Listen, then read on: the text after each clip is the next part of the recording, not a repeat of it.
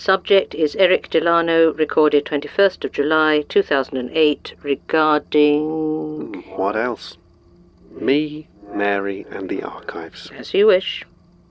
Begin whenever you're ready. I'm almost not sure where to start now it comes to it. I always loved ghosts.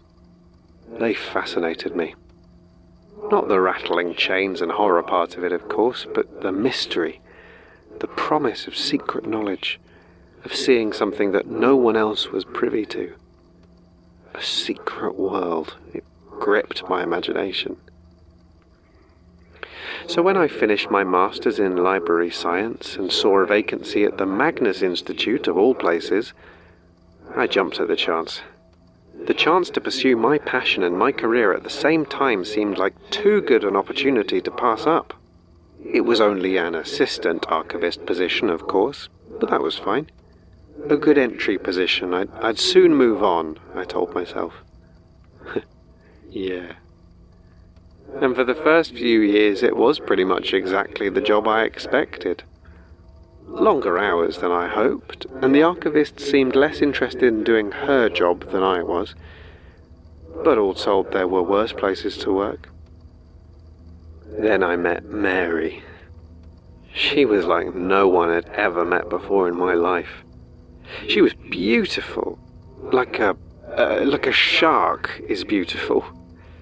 Every movement she made was deliberate, sharp, and her eyes were always focused on something, always watching. And when she looked at me, I always felt afraid. But there was something else, something under the fear, something that made me feel very aware of all my blood. I don't know what she saw in me, not really. But when she walked up to me and told me that I was taking her to dinner, I couldn't help but nod. I've always been... I wouldn't call myself a coward, but I've never been in a fight. Never even been punched. Maybe it's luck. Maybe just the fact that I can never really bring myself to push back on people. And Mary pushed so hard, harder even than you. And I let her, because she gave me something I had never before experienced. Danger. The thing she taught me, had me do, I'd never known anything like it. Whenever I kissed her, it tasted like blood. I knew what she was, I think. What she was capable of, but I convinced myself that I was safe, that she loved me. It made me feel special, but I was somehow protected from all the cold cruelty that she tried to keep hidden, but leaked out in so many ways. I remember visiting her shortly after she'd started her books business, and I found her sitting opposite a corpse.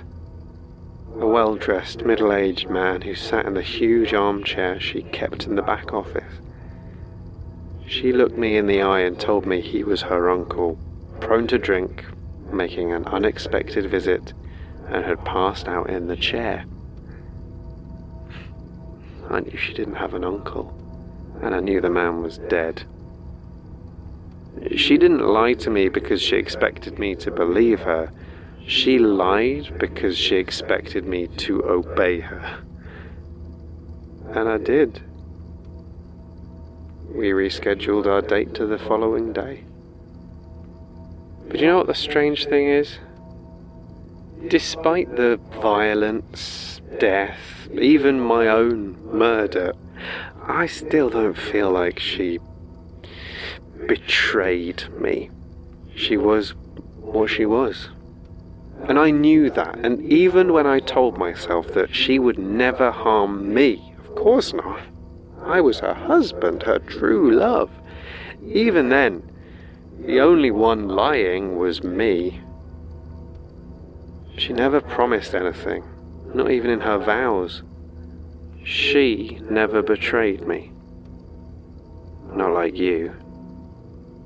She never played dumb when I was stalked by bloated, blood-sucking things, or told me I was imagining it when I saw your friend Adelaide drop a screaming box into the Thames.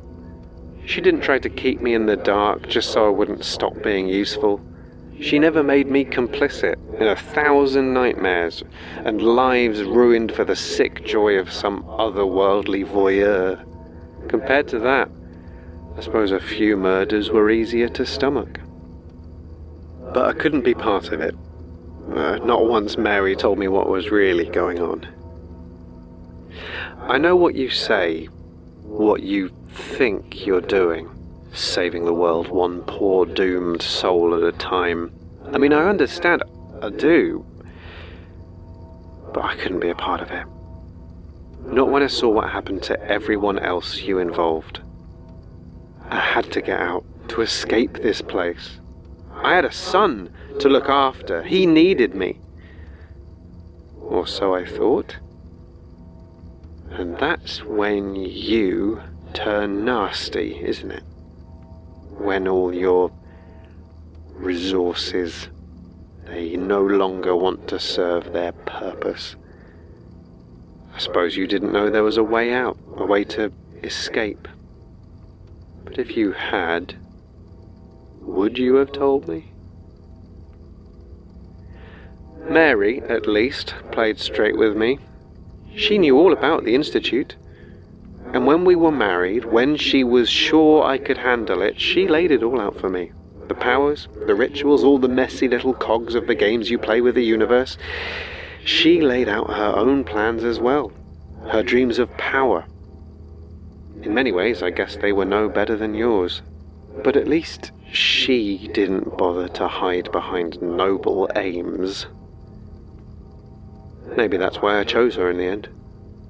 At least she was honest. Or perhaps I actually was afraid. Terrified of the crossroads where I'd found myself, and I chose the option I thought might keep Jerry safe. At least if I was home with him, I could perhaps soften the edges of his mother. I suppose I never really understood.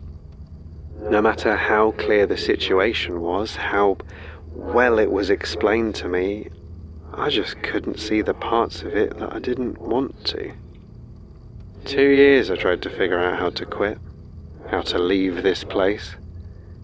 And when I finally did, when I felt the Watcher's grip slip away, it left me in such a state I was no more use to Mary, and she did what Mary does.